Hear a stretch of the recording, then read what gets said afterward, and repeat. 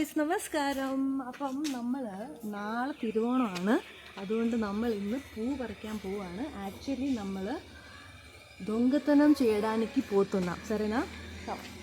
സംഭവം എന്താണെന്ന് വെച്ചാൽ പൂക്കൾക്കൊക്കെ ഭയങ്കര വിലയാണ്. നമ്മൾ ചിലപ്പോൾ വാങ്ങിക്കും, ചിലപ്പോൾ വാങ്ങിക്കത്തില്ല. എന്തായാലും ഒരു സേഫ്റ്റിക്ക് വേണ്ടിയിട്ട് നമ്മൾ ഇവിടെയൊക്കെ അടുത്തൊക്കെ ഉള്ള പൂക്കൾ പറിക്കാൻ വേണ്ടിയുള്ള പ്ലാനാണ്. പോയി നോക്കാം, ആരൊക്കെ സമ്മതിക്കും സമ്മതിക്കത്തില്ല എന്ന് നമുക്കറിയത്തില്ല. അതുകൊണ്ട് സമ്മതിക്കുന്നവരോട് ചോദിച്ചിട്ട് വാങ്ങിക്കും, സമ്മതിക്കാത്തവരോട് ഒളിച്ച് പറിക്കാം. ഈ വീട്ടിലൊക്കെ ആണെങ്കിൽ നിറയെ പൂക്കളുണ്ട്, പക്ഷെ ഇവരൊന്നും സമ്മതിക്കുമെന്ന് എനിക്ക് തീരെ തോന്നുന്നില്ല. നമുക്ക് എന്തായാലും പോയി നോക്കാം. ആ സൈഡിലൊക്കെ കുറേ പൂക്കളുണ്ട് ഗൈസ്. പിന്നെ പൂട്ടിയും കിടക്കുവാണ്. നമുക്ക് ഈ സൈഡിൽ നിൽക്കുന്ന ചുമന്ന പൂ പോയി പറിക്കാം.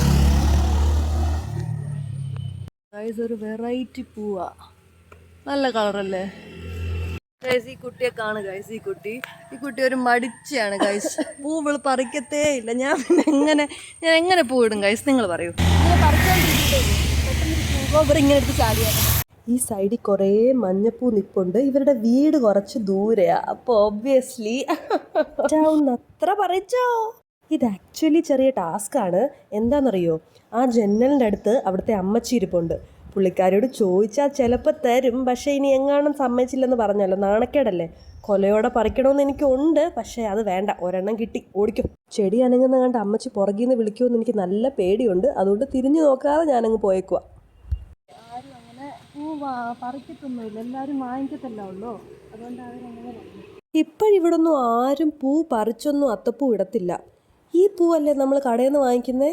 ഇവിടെ ഫ്രീ ആയിട്ട് കിട്ടുവാണെങ്കിൽ എന്തിനാ പിന്നെ വാങ്ങിക്കുന്നത്? വീട്ടുകാർ വരാതിരുന്നാൽ മതിയായിരുന്നു. മാക്സിമം അങ്ങ് പറിച്ചേക്കാം. നമ്മൾ നടന്ന് ദേ ഇവിടുത്തെ കാവിലെത്തിയിട്ടുണ്ടേ. ഈ കാണുന്നത് സർപ്പക്കാവാണ്. അകത്ത് മറ്റേ രൂപങ്ങളൊക്കെ ഇരിപ്പുണ്ട്. ഇച്ചിരി കൂടെ സൂം ചെയ്താൽ കാണാൻ പറ്റും. ആ കാണുന്നത് നാഗദേവത്തിൻ്റെ വിഗ്രഹമാണ്. ഇവിടുത്തെ സർപ്പക്കാവാണിത്. ഒന്ന് പ്രാർത്ഥിച്ചിട്ട് പോവാം. ആ കാണുന്ന വീട് കണ്ടോ, ഇതൊരു വിജനമായ വീടാണ്, ആൾത്താമസമൊന്നുമില്ല. ഇവിടെ ഇന്ന് നമുക്ക് സമാധാനമായിട്ട് പൂ പറിക്കാം. പണ്ട് ഞാനും ഗൗരിയൊക്കെ ഇല്ലേ ഇവിടൊക്കെ വന്ന് പൂ പറിക്കുമായിരുന്നു.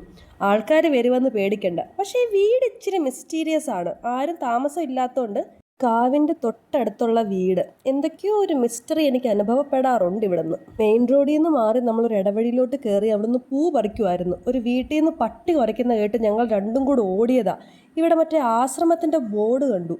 അങ്ങോട്ടുള്ള വഴി എങ്ങോട്ടാ പോകുന്നതെന്ന് ഒരു പിടുത്തവും ഇല്ല.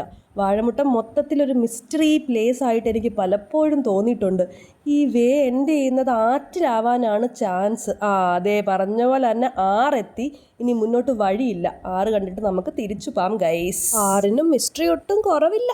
പിന്നെ ഞങ്ങൾ മിസ്റ്ററിയൊക്കെ നിർത്തി വന്ന പണി തീർക്കാമെന്ന് വിചാരിച്ചു. ഇതേ ഒരു വീട്ടിൽ നിന്ന് നിറയെ ശംഖുപുഷ്പത്തിൻ്റെ വേറൊരു മോഡൽ പൂ കിട്ടി. ഞാൻ ആരും കാണാതെ പൂ പറിക്കുമ്പോൾ ആരെങ്കിലും ആറാന്ന് ചോദിച്ചാൽ എന്ത് ചെയ്യുമെന്ന് ചോദിച്ചപ്പോൾ ലച്ചു പറഞ്ഞ് ഓടാന്ന്. അങ്ങനെ ഞങ്ങൾ പതുക്കെ ഓടി നടന്ന് കുറേ പൂവൊക്കെ പറിച്ചു. നടന്ന് അവസാനം അമ്പലത്തിൻ്റെ അടുത്ത് വരെ നമ്മൾ എത്തി. അങ്ങനെ നടന്ന് വന്നപ്പോൾ നമ്മളൊരു ആസ്പയറിങ് സെലിബ്രിറ്റിയെ കണ്ടു. എൻ്റെ ചാനലിലും വ്യൂവേഴ്സ് ഉണ്ട്. ഞാൻ ഫേമസ് ആക്കാൻ പോരെ. വരെയുള്ള ഓൺ എക്സ്പീരിയൻസ് എങ്ങനെയുണ്ടെന്ന് പറ. എന്നെ കൊതു കുത്തുന്നതാണോ നിന്റെ പ്രശ്നം? ഇതുവരെയുള്ള അഡ്വഞ്ചർ എങ്ങനെയുണ്ട്? നാട്ടിൽ വരാനുള്ള ആഗ്രഹം ആരുടെ ആയിരുന്നു? ആണോ? ഹൈദരാബാദിൽ ഇത്ര കാടുണ്ടോ? അപ്പൊ ഹൈദരാബാദാണ്. നീയല്ലേ കുറച്ചു നേരം മുമ്പ് പറഞ്ഞ നിനക്ക് നാട്ടിലെ പ്രകൃതി രമണീയതയാ ഇഷ്ടമെന്ന്. പ്രകൃതി രമണീയത ഇഷ്ടം, പക്ഷെ കാട് ഇഷ്ടമല്ല. പിന്നെ കാടല്ലേ പ്രകൃതി രമണീയത? ശുദ്ധവായു പിന്നെ എവിടുന്നാ വരുന്നേ? അതിന് കാട് നിന്നോട്ടെ, നമ്മളോട് കാട്ടിന് ഇടയ്ക്കൂടെ പോകാൻ പറഞ്ഞോ. എല്ലാം ആസ്വദിക്കണ്ടേ? വേണ്ട. അങ്ങനെ കാടും മേടും ഒക്കെ കയറി ഇറങ്ങി പറ്റുന്ന പൂവെല്ലാം പറിച്ച് നമ്മൾ അവസാനം വീട് വരെ എത്തിച്ചേർന്നു. ഇനിയുള്ള കലാപരിപാടി എന്ന് വെച്ചാൽ ഈ കൊണ്ടുവന്നേക്കുന്ന പൂവെല്ലാം സോർട്ട് ഔട്ട് ചെയ്യണം. അത്തപ്പൂ ഇടാനുള്ള കളം വരയ്ക്കണം. എന്നിട്ട് പതുക്കെ ഒരു കോണിൽ നിന്ന് പൂവിട്ട് തുടങ്ങണം. ഞാൻ ഇവിടെ ഇരുന്ന് കളമൊക്കെ വരച്ച് പതുക്കെ പൂവിടാൻ തുടങ്ങിയപ്പോഴത്തേക്കും ലച്ചു അച്ഛനും നമ്മളെ ഇലകളൊക്കെ കട്ട് ചെയ്തും വലിയ പൂക്കളൊക്കെ കട്ട് ചെയ്തും സഹായിക്കുന്നുണ്ട്. അങ്ങനെ നമ്മൾ പൂവിടാൻ സ്റ്റാർട്ട് ചെയ്തു.